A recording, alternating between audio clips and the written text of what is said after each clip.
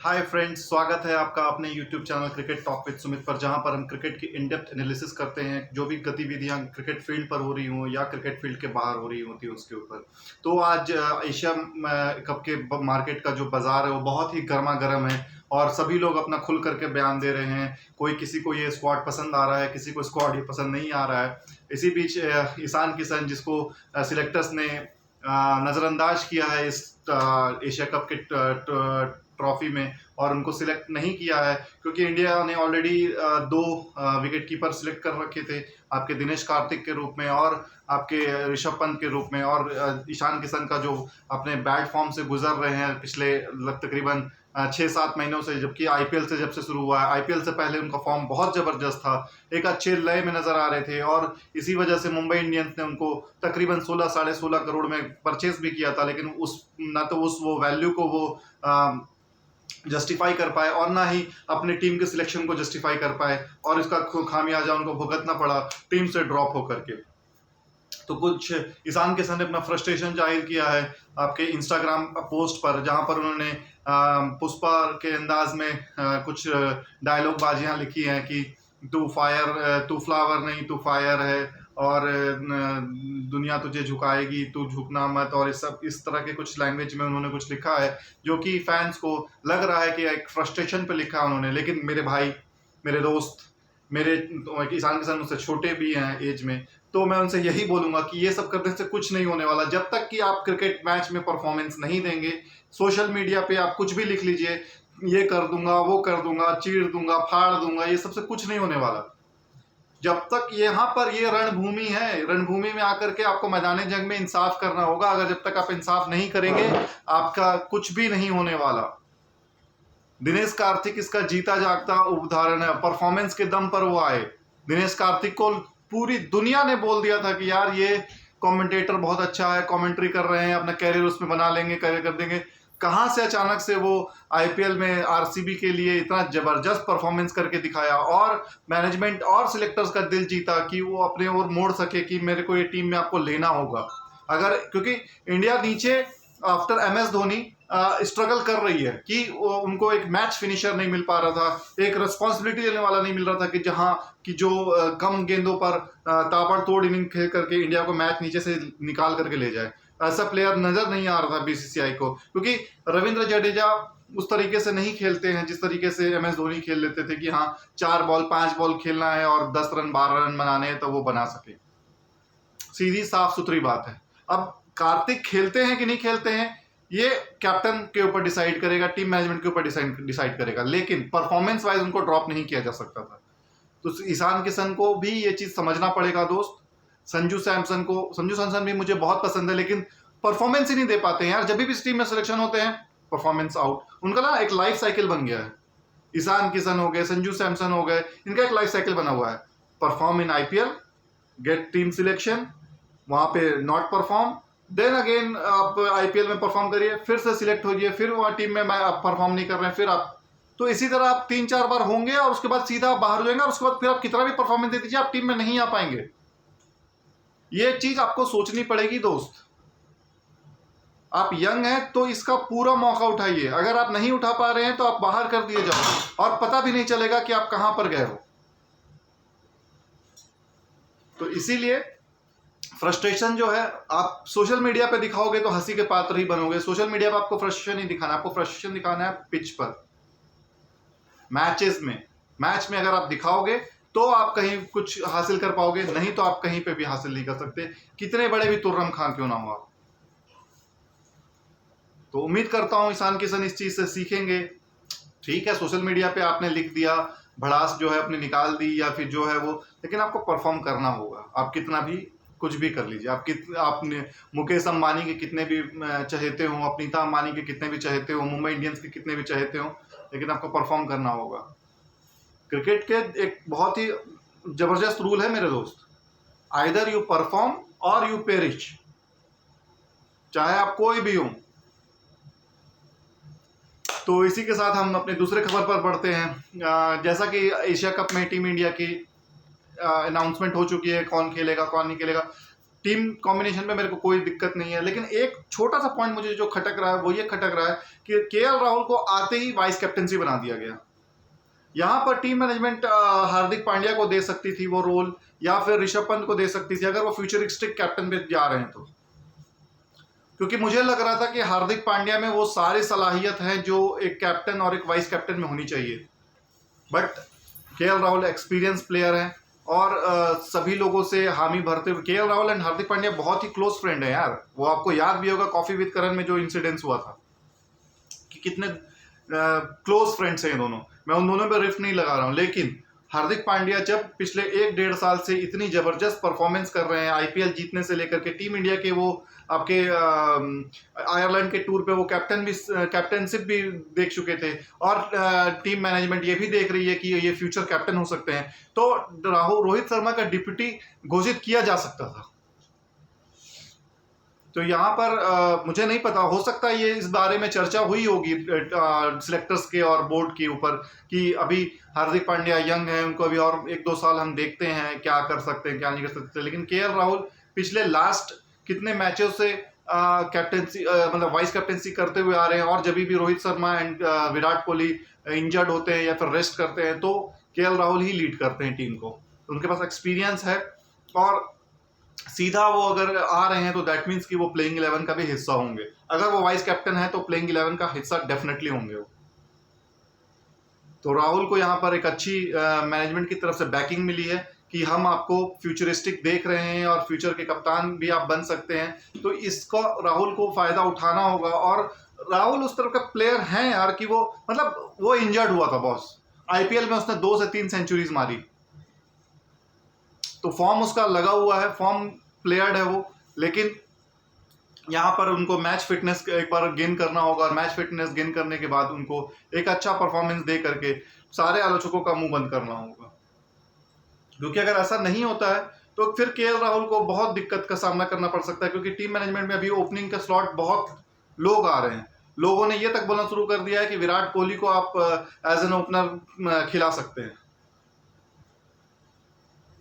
तो ये सारी चीजें आपको देखनी पड़ेंगी, क्या होता है क्या नहीं होता, आगे चल करके क्या है क्या नहीं है।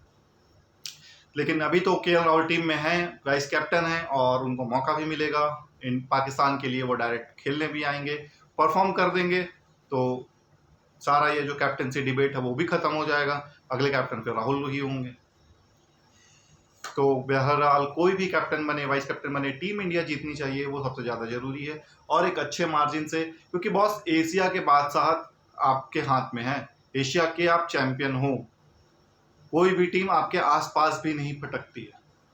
अगर एक भी मैच टूर्नामेंट हारे हुए बिना हारे हुए टीम इंडिया ये वर्ल्ड मतलब एशिया कप जीतती है, तो मैं मानूंगा कि हाँ इस टीम में वाकई में दम है बॉस, और ये आगे अच्छे हाथों पर है। तो इसके साथ हम नेक्स्ट खबर पर बढ़ते हैं आगे। आपके वेस्ट इंडीज क्रिकेट बोर्ड के जो चीफ कोच हैं, हेड कोच जिसको बोला जाता है, फिल सिमन साहब, बहुत ही नाराज़गी का इजहार किया है उन्होंने, स्पेशली इंडियन टीम के साथ जब वो 4-1 से T20 मैचेस हारे। कि उन्होंने जाहिर किया है कि भाई मैं अब भीख नहीं मांग सकता प्लेयर से कि वो आकर के वेस्ट इंडीज़ के लिए खेले। मतलब बहुत बड़ी स्टेटमेंट दे दिया है उन्होंने कि बॉस प्लेयर्स मेरी नहीं सुन रहे हैं, प्लेयर्स मुझे नहीं मान रहे हैं हेड कोच, और वो मेरा कहे बिना दूसरे लीग में फ्रेंचाइज में खेल रहे हैं। वो अब हाथ जोड़ नहीं सकते हैं ना किसी का कि भाई कोच की वेस्ट इंडीज के लिए खेलने आओ या वेस्ट इंडीज के लिए परफॉर्म करो। उन लोगों की नहीं वजह से इनएक्सपीरियंस प्लेयर को, और जो भी उनके पास सिलेक्शन की पूल हाजिर है उनमें से उनको टीम पिक करना होता है, और वो हमेशा ही चौपट होती है। उनका काम सिर्फ खाना पूर्ति करने की है कि हाँ कोई ये नहीं खेल रहा तो वो खेल रहा, वो नहीं खेल रहा तो ये नहीं। टीम इससे नहीं बनती है दोस्त, टीम इससे नहीं बनेगी कभी भी। आपके सुनील नारायण, एंड्रे रसल, ये दोनों द 100 लीग में बिजी हैं, और वो सिलेक्शन के लिए अवेलेबल नहीं थे। उन्होंने साफ बोल दिया कि हम सिलेक्शन के लिए अवेलेबल नहीं है, we are going to play for the 100 league जो है इंग्लैंड में हो रही है, उसका पार्ट वो हम बनेंगे। उसके बाद आपके ओसेन थॉमस एंड आपके एवन लुइस, ये लोग फिटनेस टेस्ट देने ही नहीं आए। तो जाहिर सी नाराजगी होनी ही होनी है यार। मतलब उनके मेन प्लेयर्स जो हैं वो फिटनेस टेस्ट देने ही नहीं आ रहे हैं कि हम फिटनेस टेस्ट नहीं देंगे। उसके बाद आपके जो मेन प्लेयर्स बचते हैं, सेल्डन कॉटरेल हो गए, उसके बाद रॉस्टन चेज हो गए, फैबियन एलन हो गए, ये इंजर्ड है। तो कहां से टीम खेलेगी यार? और जब तक टीम ठीक से एकजुट करके नहीं खेलेगी तो मैच जीतेंगे कैसे? मैच को अगर जीतना है तो आपको एकत्रित होकर के खेलना होगा और आपके कैप्टन पे और कोच पे आपको बिलीव करना होगा कि वो जो प्लान्स दे रहे हैं, वो जो प्लान बना रहे हैं, उनको प्रॉपर एग्जीक्यूट किया जा सके। यार वो कोई भी अब कोच होगा, वो सिलेक्टर होगा, वो तो भीख नहीं ना मांगेगा कि हाँ मैं मुझे खेलना है, मुझे मुझे प्लीज खेल लीजिए, प्लीज खेल लीजिए। कोई गली मोहल्ला की या फिर कोई फर्स्ट क्लास का क्रिकेट नहीं है ना, इंटरनेशनल क्रिकेट है बॉस। और इस पे वेस्ट इंडीज बोर्ड भी जिम्मेदार है। वो उतने पैसे ही नहीं देती है अपने प्लेयर्स को कि वो वेस्ट इंडीज बोर्ड का वो कहा माने। आपको पैसे खर्चने होंगे बॉस। आपकी जो पूंजी है आप कमा किससे रहे हो? प्लेयर से ही तो कमा रहे हो यार। और प्लेयर को ही आप नहीं दोगे तो वो कहीं भी दूसरा लीग खेलेगा। अभी देख लीजिए आप, क्रिस लिन का वो ऑस्ट्रेलिया में केस चल रहा है, उनको मौका नहीं मिल रहा है कि, या उनको परमिशन नहीं दी जा रही, उनको ये बोला जा रहा है कि जो उनको अप्रूवल मिला है उसको वापस विड्रॉ कर लिया जाए। तो ये सारी चीजें इनको नजरअंदाज करनी पड़ेगी। और अगर वेस्ट इंडीज क्रिकेट को यहां से उत्थान करना है तो बोर्ड को प्रॉपर पैसे देने होंगे अपने प्लेयर्स को, ताकि वो रिटेन हो सके और वो अपने बोर्ड का कहना मान सके।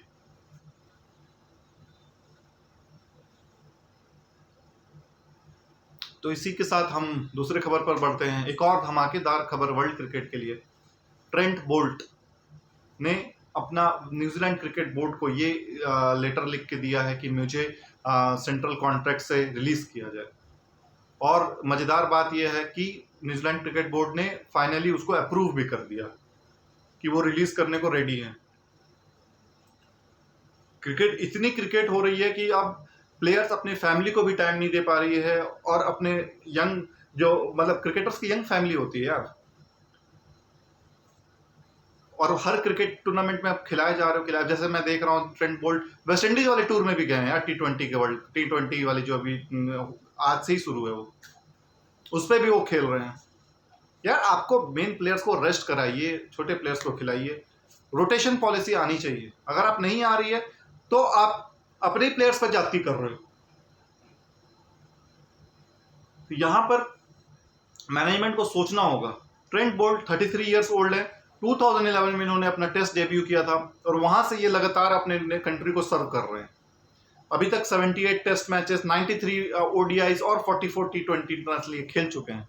उसके बाद इन्होंने फैसला लिया है, और वो फैसला सिर्फ इसलिए लिया कि वो अपने यंग फैमिली को सपोर्ट कर सके, और जो फ्रेंचाइज क्रिकेट है या फिर जो आपके डोमेस्टिक लीग्स होते हैं उस पर वो पार्टिसिपेट कर सके।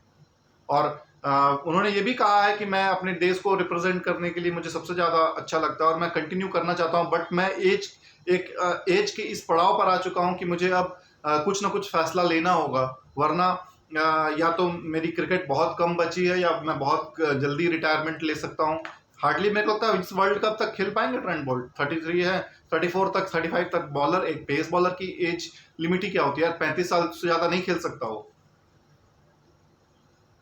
और वो कंटिन्यूस खेलते ही आ रहे हैं। तो उन्होंने अपना बोर्ड को कन्वे किया, और बोर्ड उनके जो प्राइवेसी है या उनके जो डिमांड है उनको पूरा भी किया है। तो न्यूजीलैंड क्रिकेट बोर्ड, मतलब ये शॉकिंग न्यूज़ेस आ रहे हैं यार। मतलब एक यंग एज के लोग रिटायरमेंट ले रहे हैं, कुछ लोग कोई फॉर्मेट से रिटायरमेंट ले रहा है, कोई एक फॉर्मेट से रिटायरमेंट ले रहा है, तो कोई कंप्लीट रिटायरमेंट ले रहा है यंग एज पे, कोई अपने बोर्ड को बोल रहा है कि मुझे रिलीज कर दिया जाए कॉन्ट्रैक्ट से, ताकि मेरे पर कोई अड़चन ना आए, कोई मेरे पर अड़ंगा ना आए कि मैं किस लीग को खेलना है, किस लीग को। क्योंकि इनके बोर्ड्स बहुत कम पैसा देते हैं यार। इंडियन क्रिकेट बोर्ड बहुत ज़्यादा पैसा देती है अपने टीम प्लेयर्स को, क्योंकि वहाँ पे पैसा है इसीलिए देती है। स्पॉन्सर्स इतने आते हैं यार इंडियन क्रिकेट टीम में। कल ही मैं गावस्कर साहब का पढ़ रहा था ये स्पोर्ट्स स्टार में, उन्होंने जो अपने कॉलम पे लिखते हैं वो कि बाकी जो फ्रेंचाइज लीग्स हो रही हैं वो डिमांड कर रही हैं कि इंडियन प्लेयर्स को इस लीग पर खेलने का मौका मिले। वो इसीलिए मिले क्योंकि स्पॉन्सर्स आते हैं। इंडियन टीम अगर खेलती है तो आपके मेन स्पॉन्सर आते हैं, फैंस इंगेज होती है, क्रिकेट स्टेडियम भरी हुई होती है, क्रिकेट को टीवी पे ज्यादा लोग देखते हैं तो टीआरपी बढ़ती है उनकी। बहुत कुछ एसोसिएटेड होता है यार प्लेयर्स को आने से, नहीं आने से। इंडियन टीम ही अगर कहीं जाए खेलने के लिए और रोहित शर्मा, विराट कोहली और जसप्रीत बुमराह, ये सब जो आपके जो रविंद्र जडेजा, ये सब नहीं खेलेंगे और एक यंग टीम खेलेगी तो कोई नहीं देखेगा उस मैच को। जो टीआरपी जाती है उसकी वो हाफ हो जाएगी। तो बोर्ड को यहाँ पे बहुत कुछ सोचना होगा, रोटेशन पॉलिसी लानी होगी। रोटेशन पॉलिसी अगर नहीं अडॉप्ट होती है तो फिर उनको आपको पैसे ज्यादा देने होंगे कि वो आपके लिए सुने बात को।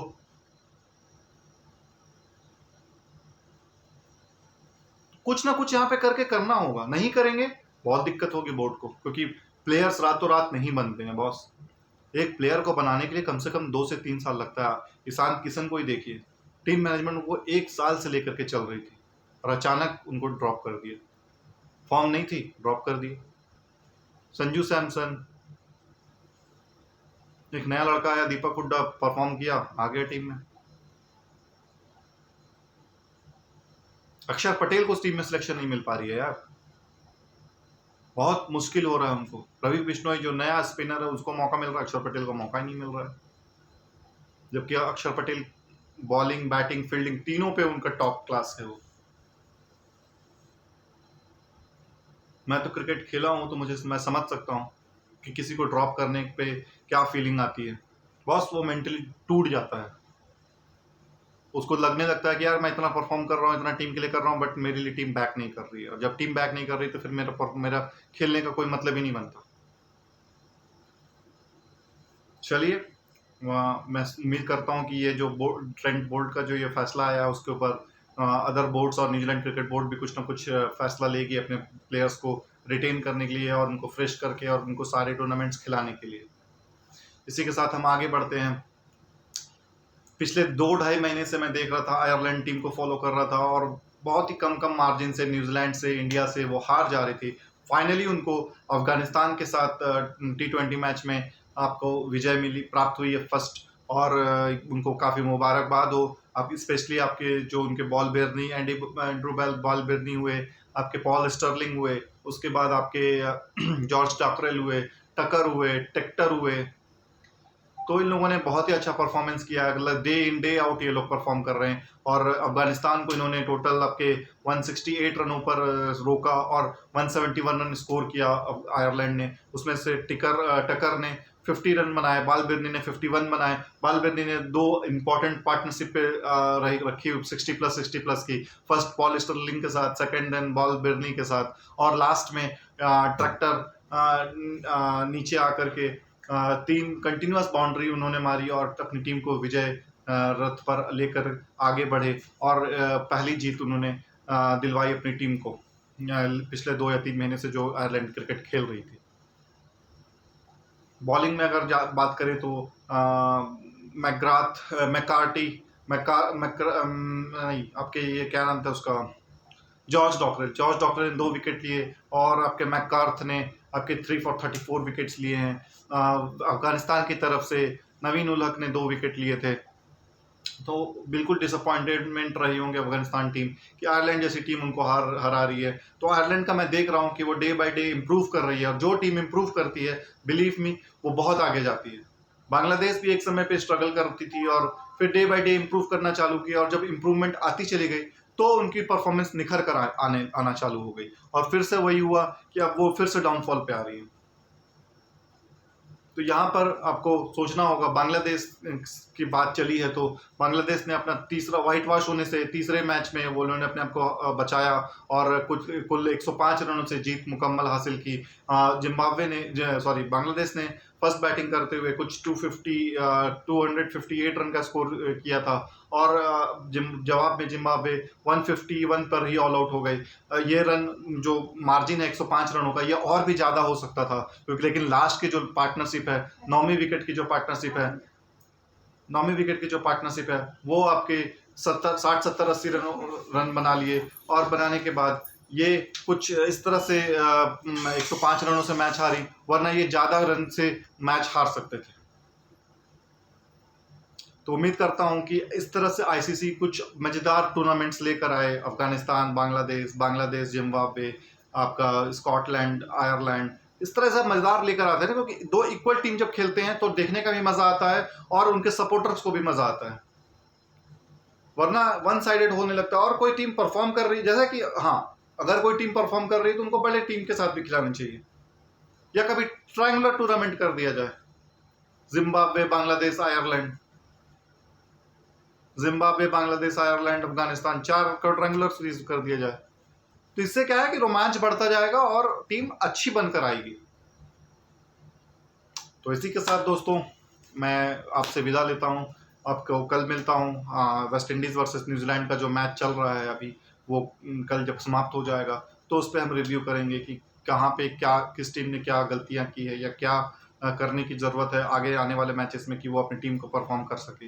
तो इसी के साथ आप मेरे साथ बने रहिएगा और मिलते हैं कल एक नए एपिसोड पर एक कुछ नए टॉपिक्स पर चर्चा करने के लिए। तो तब तक के लिए आप अपना बहुत ही ख्याल रखिएगा। वंदे मातरम, जय हिंद।